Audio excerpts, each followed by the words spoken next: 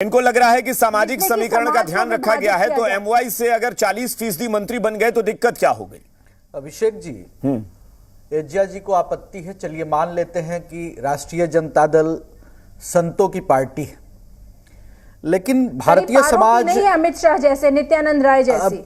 अब जो बीजेपी की पार्टी है ना, वो हिंदू, मुसलमान, हिंदुत्व, बजरंग दल, राम दल, दुर्गा दल, कौन दल, हनुमान दल, इसी की बात करते हैं। मंदिर की बात करेंगे, मस्जिद की बात करेंगे, जिहाद की बात करेंगे। और आज जब सामाजिक समीकरण को ध्यान में रखते हुए मंत्री पद की शपथ ली गई, मंत्रियों को बनाया गया, तो वो क्या बात कर रहे हैं? कात्यायन जी, सबसे पहले तो मैं जो नए मंत्री बने हैं उन्हें मैं बहुत बहुत बधाई देती हूँ और बहुत विश्वास हुआ है कि अब बिहार विकास की ओर बढ़ेगा।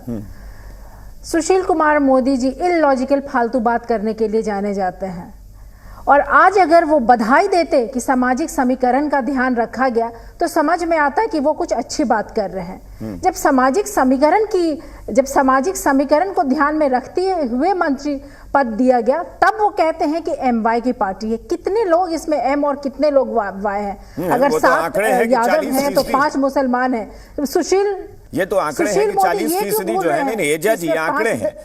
मुख्यमंत्री और उप मुख्यमंत्री को मिलाकर कैबिनेट में कुल 33 लोग हैं, जिसमें 13 लोग जो हैं वो एमवाई से हैं, तो उस हिसाब से 40% पूरा आंकड़ा बनता है। ठीक है, यानी कि 31 आज शपथ ग्रहण किए, पहले से 2, यानी कि 33 लोगों की आप बात कर रहे हैं। इसमें से 13 अगर एमवाई हैं तो बाकी क्या है? आप इस पे चर्चा क्यों नहीं होती है?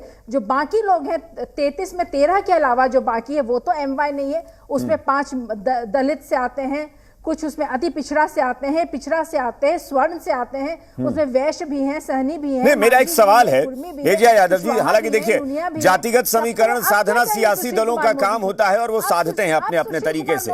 नहीं एजिया जी, देखिए जातिगत समीकरण सब लोग साधते हैं, लेकिन अभी जब आप तमाम जातियों को गिना रही थी ना, आपने एक सुर में बोल दिया कि सवर्ण भी हैं, उसमें ये भी हैं, यानी सवर्ण एक आपने पूरा तबका एक साथ जोड़ दिया। अब सवर्ण में अगर आप जाति बांटने लगे तो कोई अपने को भूमिहार कह देगा, कोई क्षत्रिय कह देगा, कोई कायस्थ कह देगा, कोई पंडित कह देगा। तो उसी तरीके से ओबीसी में भी तो कई सारी जातियां हैं। सुशील मोदी ने जिक्र किया कि ओबीसी में तेली समाज सबसे ज्यादा है, लेकिन उसके बावजूद उसको दरकिनार किया गया है। कात्यायन जी, जो बीजेपी की पार्टी है ना, वो हिंदू, मुसलमान, हिंदुत्व, बजरंग दल, राम दल, दुर्गा दल, कौन दल, हनुमान दल, इसी की बात करते हैं। मंदिर की बात करेंगे, मस्जिद की बात करेंगे, जिहाद की बात करेंगे। और आज जब सामाजिक समीकरण को ध्यान में रखते हुए मंत्री पद की शपथ ली गई, मंत्रियों को बनाया गया, तो वो क्या बात कर रहे हैं? एजा यादव जी, मुझे ये बताइए कि सरकार किस चीज में ज्यादा कंफर्टेबल है?